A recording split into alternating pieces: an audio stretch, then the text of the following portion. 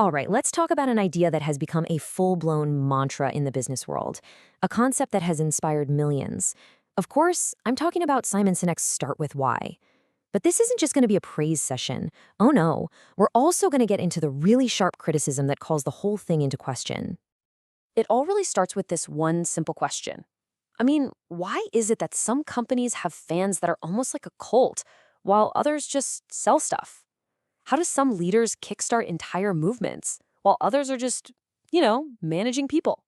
Well, back in 2009, Simon Sinek walked onto a TEDx stage and gave an answer that was so simple, so compelling, that it exploded into one of the most watched talks ever. And he called his big idea the Golden Circle. So, first things first, let's break down exactly what this theory is that got millions of people so fired up. Okay, at the very heart of this is the Golden Circle. Now, it's more than just a neat little diagram. It's a whole new way to think about communication. Sinek's main point is that truly inspiring leaders and brands, they don't start by telling you what they do. They start by telling you why they do it. So let's look at this thing. Right in the center, you've got the why. This is your purpose, your core belief system. The next circle out is the how. That's how you actually bring your why to life. And on the very outside, you have the what, the actual thing you sell or do. Sinek's whole argument hinges on which of these circles you talk about first. Think about it. Most companies talk from the outside in. They say, hey, here's our new widget. It's got all these bells and whistles. Want to buy one? But Sinek says the companies that really inspire us, they completely flip that script. They start from the inside out with their purpose, and we're drawn to that belief. And he even tries to back this up with a little brain science. He says that the why speaks directly to our limbic brain. That's the part that handles all our feelings, our trust, our decision-making. The what? That just talks to the rational part of our brain. This, he argues, is why gut feelings are so powerful. You're literally communicating with the part of the brain that makes the decisions.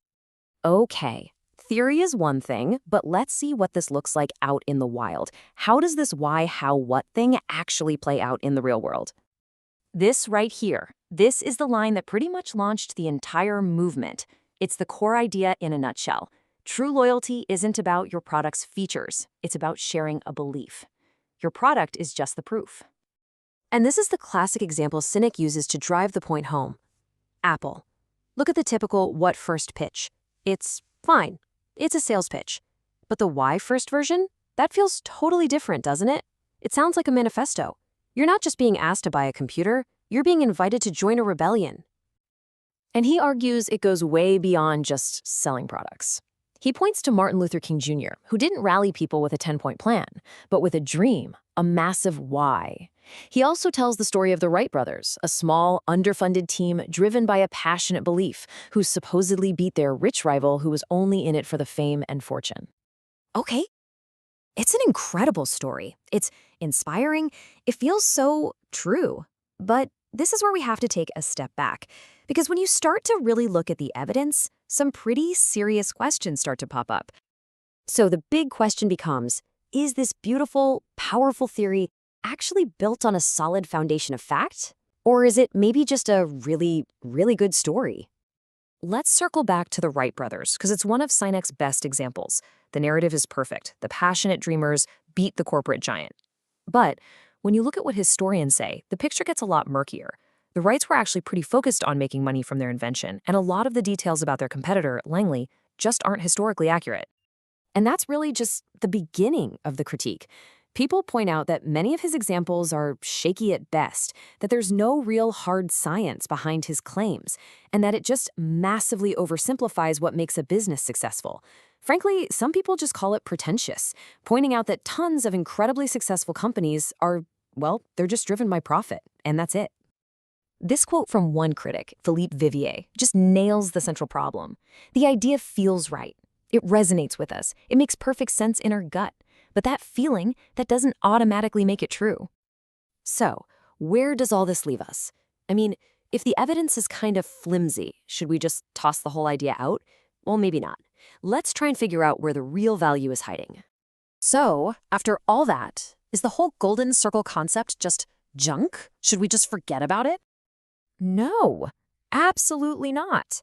The mistake, I think, is thinking about it as some kind of undisputed scientific law of how people work. That's not what it is. And when you try to make it that, yeah, it falls apart. But that's not where its real power lies anyway. Instead, think of it as a tool, a really powerful framework for helping you think clearly, communicate better, and stay focused on what actually matters. Sinek has this perfect metaphor for this called the celery test. It goes like this. If your why is to be healthy and you go to the supermarket, you instantly know that buying celery fits your why, and buying cookies doesn't. Your why becomes a simple filter that helps you make consistent decisions, instantly. And that is the real practical value of Start With Why. It's not a history book, it's a playbook. It's a framework to help you clarify your own purpose, a tool to get your team excited about a mission, and a way to build a brand that's about more than just what it sells. So maybe the final question isn't whether Simon Sinek got all his historical facts right. Maybe the real question is for you. What's the why that drives you? And more importantly, does that story have to be perfectly factual to be a powerful guide for where you're going next?